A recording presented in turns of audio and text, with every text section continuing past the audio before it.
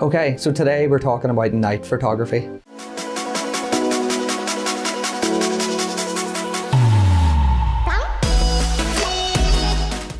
So last night I was out taking some night sky photos. The conditions weren't amazing. There was a bit of cloud cover and the moon was very bright. But I just want to share a few tips for doing your own night photography and what I've learnt from my very limited experience doing it. So the first thing is conditions. Check your conditions, check the cloud cover. You obviously want as little cloud cover as possible. Last night there was a wee bit, which wasn't ideal, but it was still clear enough. So the next thing is the phases of the moon. And that's really important because if it's a full moon, it'll be a very bright sky and it'll be very hard to get the large number of stars that you usually want with a night photo. You basically want as little light coming from the moon as possible. So a new moon will be ideal. And that's where there's effectively no light coming, the moon isn't in view. For me, the next time that's happening is the start of February. So what I'm going to do is go out at the start of February, as long as the conditions are okay, and take some more night photos, and I'll compare them then with the photos I took last night. And I'll just do a quick video just showing you the comparison, and that'll just show you the difference between shooting on a full moon and shooting on a new moon. So the next thing are your camera settings. You basically need to think about how you're focusing and what your settings are, your exposure settings. So you want your camera to be on full manual focus and manual ISO, aperture, shutter speed, everything manual and locked in. In terms of focusing, there's a number of ways you can do it. You can go out to where you're going to be taking your night photos a wee bit earlier when there's still a wee bit of light. You can focus on the furthest thing away and lock that in, and that should give you a good focus for the night sky. The other way then is if you're out when it's already dark, just focus on the brightest star or planet and use focus magnifier. So focus in on it as far as you can and just play with the focus until it's as sharp as you can get it. In terms of your exposure settings, you want your ISO to be as low as possible, but you might need to bump it up a wee bit, 400, 600, around that. As you probably know, your shutter speed does two things. It dictates your motion blur and also the amount of light that's allowed in to the sensor. So you have to balance this with your aperture and your ISO. So if you want a star trail, you basically want your shutter open as long as possible. You also want your aperture open as wide as possible. So you've got to balance these two.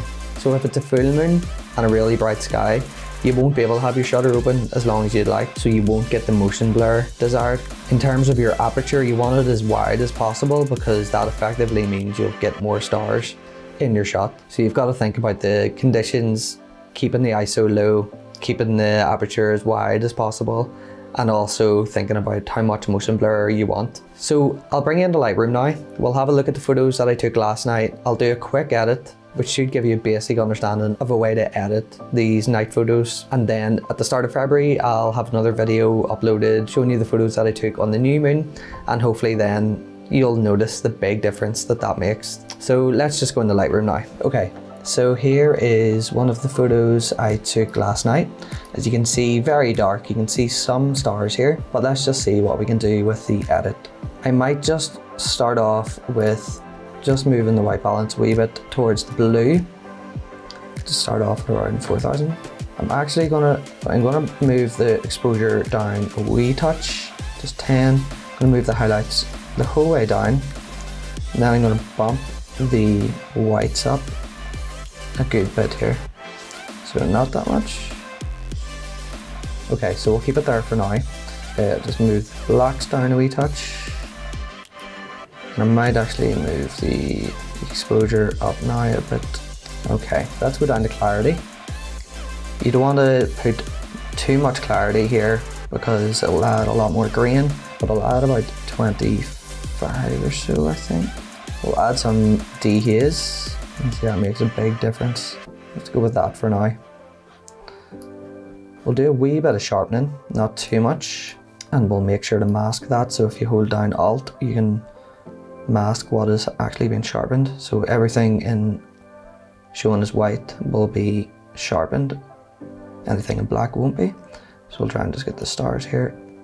Okay, cool. I'm gonna add a wee bit of noise reduction.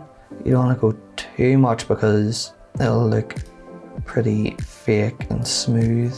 Sometimes I enable profile corrections for the night sky shots, but I won't here because you can see the corners are very dark if I enable that, it'll lighten them up, but it'll introduce a lot of noise into the corners. So far that is looking okay. It's looking a lot better. So that's before, that's after.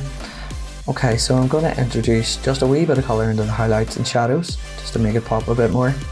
If you hold down Alt on your keyboard, you'll see what hue you're using. So I want to move towards the sort of purple, magenta for the highlights. For the shadows, I'll just go a bit of a darker for the blue right there. So I think that's looking a lot better than previous. Just do a before, that's the before, and that's the after. And obviously not a great night photo, but I think we'll see a huge difference when we're out at the start of February for the new moon. So that's me for today. Thanks for watching. Please like and subscribe, and I'll see you tomorrow.